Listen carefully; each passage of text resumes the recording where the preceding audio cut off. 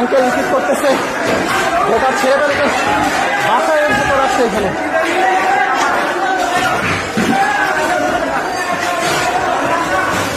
এই একটা